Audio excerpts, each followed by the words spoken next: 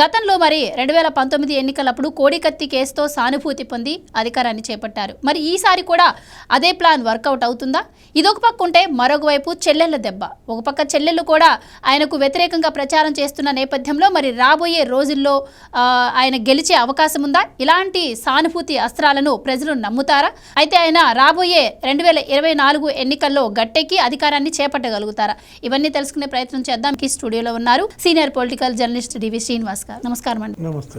అయితే శ్రీనివాస్ గారు, గతంలో కూడా ఈయన కోడికత్తి కేసుతో సానుభూతి పొంది అధికారంలోకి రావడం మనం చూసాం. మరి ఈసారి కూడా అదే ప్రయోగించారు ప్రజల మీద. కానీ ఆ ప్రజలకైతే ఈసారి చాలా అనుమానాలు ఉన్నాయి. ఎందుకంటే గతంలో చంద్రబాబు అధికారంలో ఉన్నాడు కాబట్టి ఆయన మీద తోసేసినా కూడా ప్రజలు నమ్మారు. ఇప్పుడు ఆయనే అధికారంలో ఉన్నారు. ఇలాంటి డ్రామాలు ప్రజలు నమ్మే అవకాశం ఉంటుందంటారా?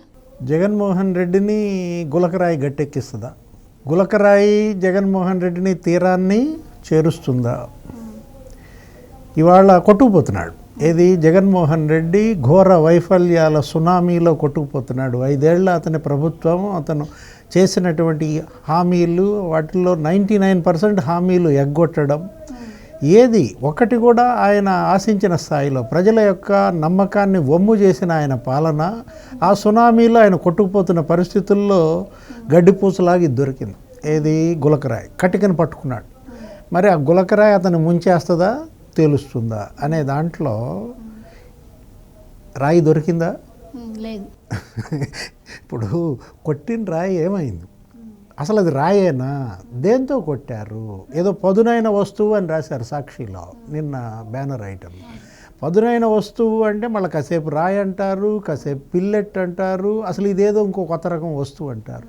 అదేదో ఇంతవరకు తేల్చలేదు. ఆయుధం, అసలు ఏ క్రైమ్ జరిగినా, ఒక నేరం జరిగినట్లయితే ఆ నేరానికి ఉపయోగించిన ఆయుధం ఏంటో దాన్ని ట్రేస్ చేయాలి. ఆ తర్వాత నిందితుడు ఎవరో అతన్ని పట్టుకోవాలి. ఆయుధం దొరికితే అది దొరికిపోతుంది, దాని మీద ఫింగర్ ప్రింట్స్ అవి ఉంటాయి కాబట్టి. ఇప్పుడు ఇంతవరకు వాళ్ళు ట్రేస్ చేయలే. ఏంటి? అక్కడ సింగ్ నగర్లో అక్కడేదో వివేకానంద స్కూలు, అక్కడ పక్కనే గంగానమ్మ గుడి, ఆ స్కూల్లో ఏదో అశోక చెట్టు అంట, అది సగం నరికారంట, దాని పక్క నుంచి కొట్టారంటున్నారు. ఆ కొట్టిన దాంట్లో మరి వచ్చి తగిలింది, అది గజమాల్ అంటున్నారు. అసలు ఇదంతా ఒట్టిదే. ఏది?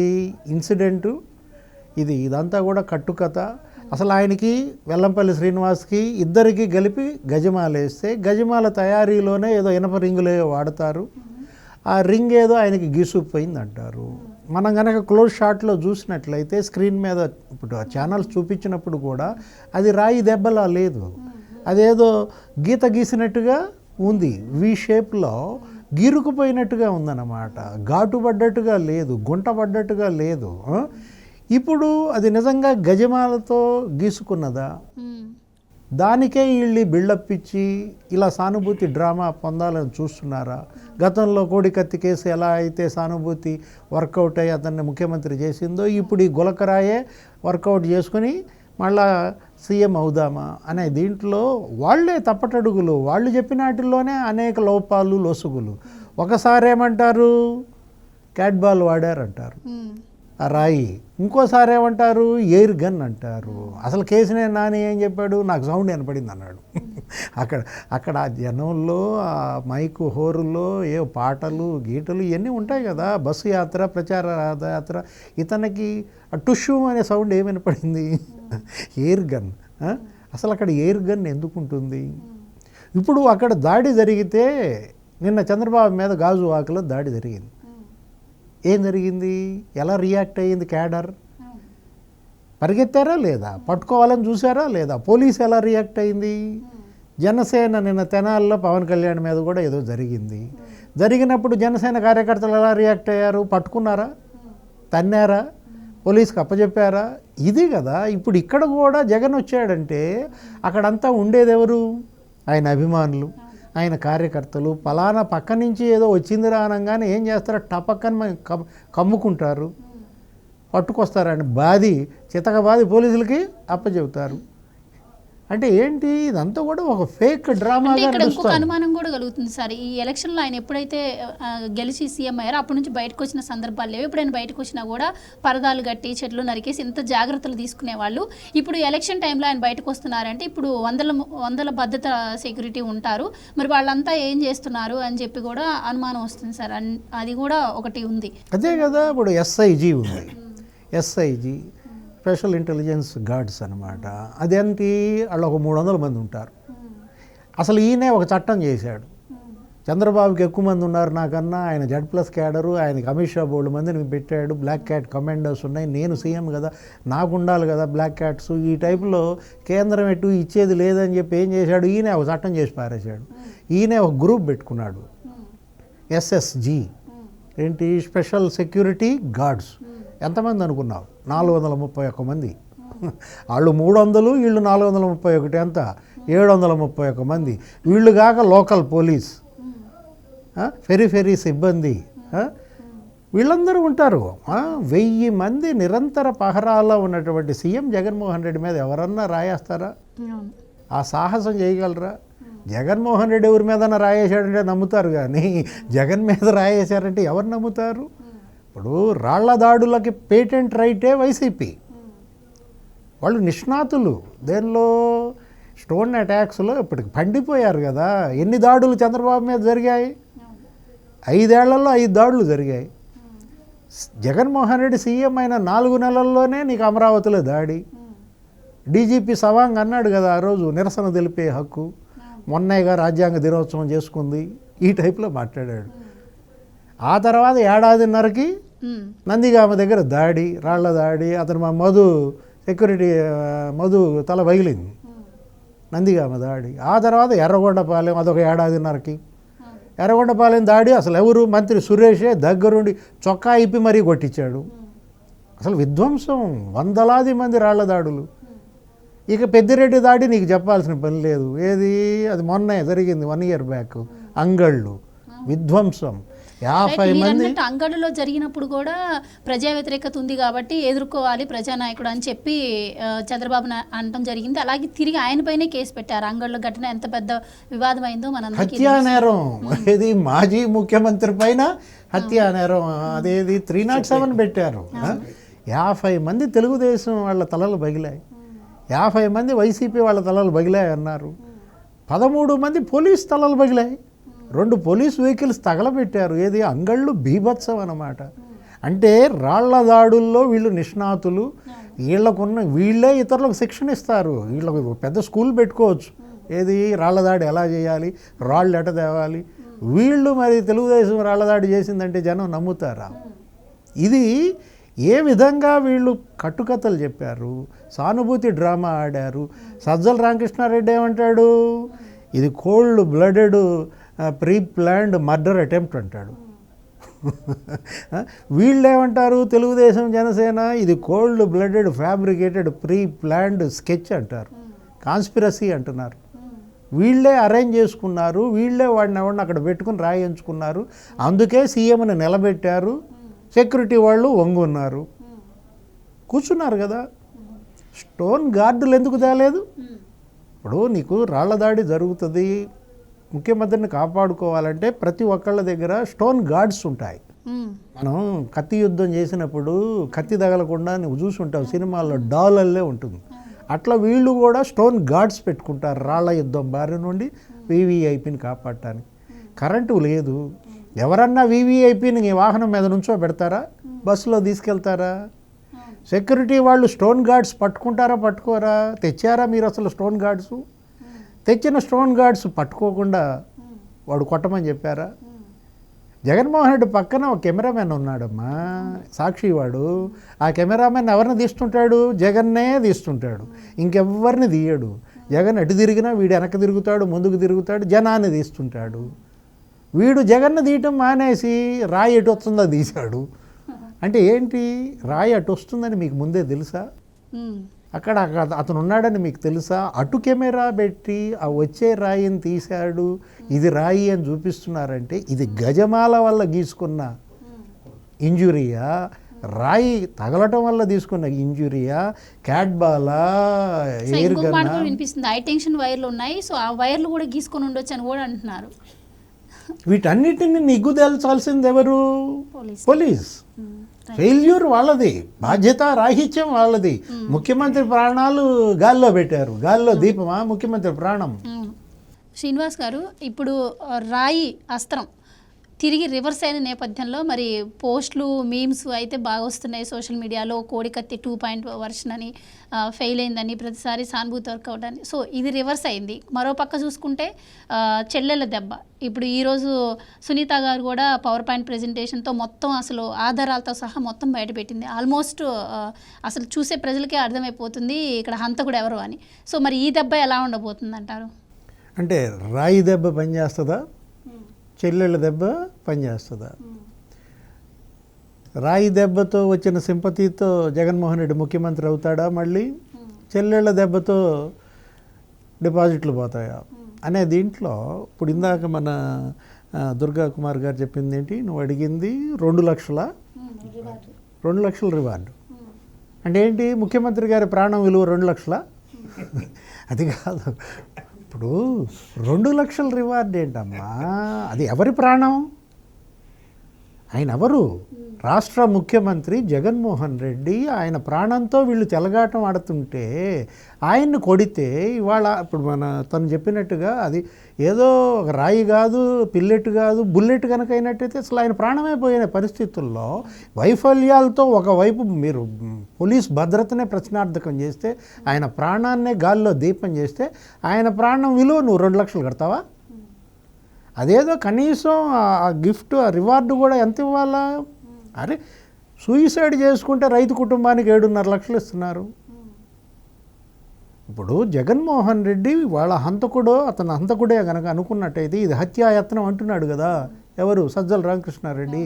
మరి అటువంటప్పుడు హంతకుడి జాడ చెప్పినందుకు అతనికి ఏదైనా గిఫ్ట్, రివార్డు కొంచెం పెంచమని కూడా మనం చెప్పాల్సినటువంటి బాధ్యత ఉంది. ఇప్పుడు సరే రాయి దెబ్బ సింపతి కొట్టుద్దా కొట్టదా? సింపతినే ఈయన నమ్ముకున్నాడు. ఎందుకంటే ఇప్పుడు ప్రశాంత్ కిషోర్ వ్యూహకర్త, నీకు తెలుసు ఇట్లాంటి డ్రామాలన్నీ కింగ్ అనమాట. ఏది అటు మోడీ వైపు నిలబడి మోడీని గెలిపిస్తాడు, రాహుల్ వైపు నులక మంచాల మీద పడుకోబెట్టి రాహుల్ని కిందకు పంపిస్తాడు, మమతా బెనర్జీని హాస్పిటల్లో పండబెట్టి ఆమెను గెలిపిస్తాడు.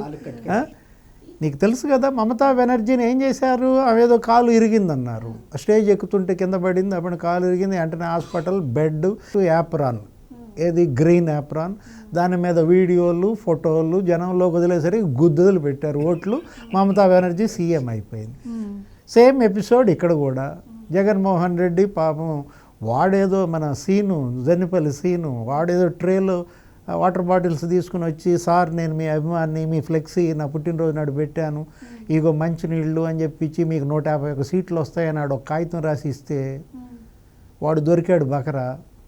వెంటనే ఏం చేశారు, వాడే దగ్గర 4 కోట్ ఉంటే అది గుచ్చుకున్నప్పుడు ఆయనే హత్యాయత్నం అని చెప్పి వాడు మధ్య శ్రీనివాసరావు అనేవాడిని, ఆ బొత్స మేనల్లుడు ఎవరో ఏదైనా ఒక ఆయుధం పట్టురారా అంటే ఆ సన్నాసాడు కోడి పందాలు ఆడేవాడు ఏమో, వాడు కోడికత్తి తీసుకొచ్చాడు. ఏమైంది? మన ప్రశాంత్ కిషోర్ దాన్ని బ్రహ్మాండంగా డ్రామా చేశాడు. వెంటనే మళ్ళీ green episode, aprons, hospital, Hyderabad వచ్చి కూర్చోవటము, ముఖ్యమంత్రి అయిపోయాడు. అంటే ఏంటి? వర్కౌట్ అయింది. ఇది ప్రశాంత్ కిషోర్. ఇప్పుడు అక్కడ ఎవరున్నారు? ప్రశాంత్ కిషోర్ లేడు. ప్రశాంత్ కిషోర్కి ఇతనికి తలాక్ ఏంటి? జంప్ అయిపోయాడు. ప్రశాంత్ కిషోర్ ఇతను ఓడిపోతాడు, చంద్రబాబే ముఖ్యమంత్రి అని స్పష్టంగా 2-3 సార్లు సర్వే కూడా ఏదో చెప్పాడు. దీని దెబ్బకు ఇప్పుడు ఈయనకి ఇక దిమ్మ తిరిగింది. ఎవరికి? జగన్మోహన్ రెడ్డి ఓడిపోతున్నానని. ఇప్పుడు ప్రశాంత్ కిషోర్ పాత్ర ఎవరక్కడ? రిషిరాజ్ సింగ్, నీకు తెలుసు కదా, వ్యూహకర్త. రిషి ఏం చేశాడు? ఓహో అక్కడ మమతా బెనర్జీ ఇప్పుడు మొన్న ఏదో ప్లాన్ వేసిందామె ఏంటి, మొన్న ఇప్పుడు ఈ ఎలక్షన్కి ముందు అక్కడ కూడా ఒక రాయిసిరారు టపక్. కాకపోతే ఎక్కడ తగిలింది? కరెక్ట్గా నుదుటి మీద తగిలింది, బొట్టు పెట్టుకున్న బొట్టు దగ్గర తగిలింది, బ్లడ్ గారింది. మమతా బెనర్జీ మళ్ళీ బెడ్ పడుకోబెట్టడం, గ్రీన్ యాప్రాన్. ఇక్కడ కూడా ఒక రాయి ఇసిరాడు. ఇప్పుడు ఏది? రిషి ప్లానా మరి లేకపోతే ఐప్యాక్ ప్లానా? మొత్తానికి మన గులకరాయి, మన సింగ్ నగర, బెజవాడ, గులకరాయి తగిలింది బొక్కబడిందా బొక్కబడల గీత పడింది. ఆ గీత మీదే అనేక మందికి అనుమానాలు. ఏదో ఎడమ కంటి పైన గీత పడింది. తీసుకెళ్లారు, పడుకోబెట్టారు. బులుగు ఏపరాన వీళ్ళదంతా బులుగు పార్టీ అనుకుంటా. వీడియోలు, పోస్టులు. జనం ఎర్రళ్ళ, జనం పిచ్చోళ్ళు అనుకుంటున్నారా? అంటే వీళ్ళేసే డ్రామాలన్నిటికీ వాళ్ళు ఓట్లు గుద్దుతారనా? బూమ్రాంగ్ అయింది, మిస్ఫైర్ అయింది. గులకరాయి కాస్త ఇప్పుడు వైఎస్ఆర్ కాంగ్రెస్ పార్టీ పైన గుండ్రాయిలే పడింది. ఏం జరుగుతోంది ఇప్పుడు? రాయి దెబ్బ సింపతి దేవుడు ఎరుగు. ఇప్పుడు చెల్లెళ్ళ దెబ్బ. చెల్లెళ్ళ దెబ్బ అంటే సునీత్ ఇప్పుడే నువ్వు చెప్పావు ఏంటి, వీడియో ప్రజెంటేషన్ ఎరగదీసింది అప్పుడు మొత్తం. అసలు హంతకులు ఎవరో ఇంతవరకు సిబిఐ తేల్చలేకపోయింది 5 ఏళ్లలో, కోర్టులు తేల్చలేకపోయాయి 5 ఏళ్లలో, జగన్మోహన్ రెడ్డి తేల్చలేకపోయాడు. ఇవాళ వీడియో చూసిన ఎవరైనా సరే హంతకుడు ఎవరో చెప్పేస్తారు కదా స్పష్టంగా. వాట్సాప్ ఫోన్ కాల్స్, ఫోటోలు. దస్తగిరి నీకు తెలీదా? ఉమాశంకర్ రెడ్డి నీకు తెలీదా? శివశంకర్ రెడ్డి నీకు తెలీదా? సునీల్ యాదవ్ నీకు తెలీదా అని చెప్పి ఫోటోలతో సహా ఇచ్చేసింది. అవినాష్ రెడ్డి, కిరణ్ యాదవ్ అంట కొత్త క్యారెక్టర్ ఒకటి వదిలింది వాళ్ళ, సునీల్ యాదవ్ తమ్ముడు అంట.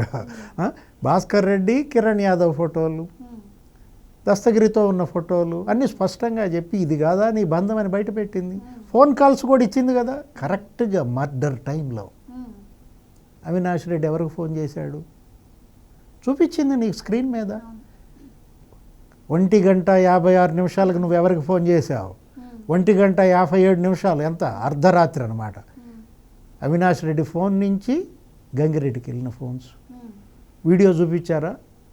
ఏం జరిగింది? తర్వాత 4 గంటలకు ఫోన్లు ఎవరికి చేశారు? 5 గంటలకు ఫోన్లు ఎవరు చేశారు? ఆ ఫోన్లు తాడేపల్లి ప్యాలెస్ ఫోన్లా? తేల్చాల్సింది సిబిఐ అని చెప్పింది. సిబిఐ ఇప్పటికి చేసింది కొంతే, ఇంకా చాలా చేయాలి అంటూ హంతకుడి పార్టీ ఓటేస్తారా? హంతకుడిని పార్లమెంటుకు అడుగు పెట్టనిచ్చే ప్రసక్తే లేదు అంటోంది షర్మిల. ఇక్కడ ఈమె ఇట్లా పెడితే షర్మిల అక్కడ దుమ్మెత్తిపోస్తుంది. ఎక్కడ? సునీత నగ్నంగా నిలబెట్టింది. జగన్మోహన్ రెడ్డి, అవినాష్ రెడ్డి వాళ్ళ యొక్క కిరాతక స్వరూపాన్ని కళ్ళకు గట్టినట్లుగా ఇవాళ చూపించింది అనమాట. షర్మిల ఇక అసలు వదిలిపెడుతోంది, దుమ్మెత్తిపోస్తోంది, తూర్పారా పడుతోంది అనమాట. ఏంటి, జగనన్న ప్రత్యేక హోదా తెస్తానన్నావు, తెచ్చావా? పులి బిడ్డవా నువ్వు, పిల్లివా ఏదో అంది. పులివెందులా, పులివా, పిల్లివా అందనమాట. జాబ్ క్యాలెండర్ తెస్తానన్నావు, సాక్షి క్యాలెండర్లు 5 వదిలావు, జాబ్ క్యాలెండర్ ఏది అంది. డిఎస్సి చంద్రబాబు 22,000 పోస్టులు ఖాళీ ఉంటే 10,000 ఉద్యోగాలే ఇచ్చాడన్నావు. మరి నువ్వు 22,000తో నువ్వు డిఎస్సి ఎందుకు ఇవ్వలేదు? మెగా డిఎస్సి, దగా డిఎస్సి చేసావేంటి అని అడుగుతావు. చెల్లెళ్ళ దెబ్బ అంటే చెప్తున్నా ఇదంతా. ఇప్పుడు ఈ స్టోరీ అంతా చెల్లెళ్ళ దెబ్బ మామూలు దెబ్బ కాదు, దెబ్బ మీద దెబ్బ, గొడ్డలి దెబ్బ. వివేకానంద రెడ్డి హత్య ఆయన శరీరం మీద పడ్డ దెబ్బలు 7. జగన్మోహన్ రెడ్డి మీద 150 ఎక్కువ గొడ్డలి దెబ్బలు పడుతున్నాయి చెల్లెళ్ళు. అటు చెంప దెబ్బ, ఇటు చేట దెబ్బ. ఏది? అటు రాయి దెబ్బ, ఇటు చెల్లెళ్ళ దెబ్బ. ఏమంటారు దీన్ని? చెంప దెబ్బ, చేట దెబ్బ అంటారు. దెబ్బ మీద దెబ్బ పడుతుందా? నువ్వు బిగిన్ చేసావు కదా. ఆయన ఏంటంటే ఏది పట్టుకున్నా, ఏ అస్త్రం పట్టుకున్నా రివర్స్ అవుతుందని. తాడు పట్టుకుంటే పామై కరుస్తుంది అనమాట. అంటే వైఫల్యాల సునామీలో కొట్టుకుపోతున్నాడు. ఒకవైపు ఏమో ఎన్డీఏ, తెలుగుదేశం, జనసేన, బీజేపీ ప్రభంజనంగా అది వస్తుంది, దూసుకొస్తుంది. ఇతను కొట్టుకుపోతున్నాడు. ఇతను ఇచ్చిన హామీలేమీ నెరవేర్చలేకపోయాడు. 99% చేశానంటాడు. అంటే అర్థం 99% ఎగ్గొట్టాడు, 1% చేశాడు. అంత రివర్స్లో నువ్వు తీసుకోవాలి. నాకు విలువలు ఉన్నాయి, నేను విలువలకే పేటెంట్ అంటాడు. అంటే అసలు లేదు, వాల్యూలెస్, విలువలు లేనాడు. విశ్వసనీయత ఉంది నేను అంటాడు, అంటే లేదని అర్థం. జనం బాగా అర్థం చేసుకున్నారు జగన్ తత్వాన్ని, ఇంకా మనం చెప్పాల్సిన అవసరం లేదన్నమాట.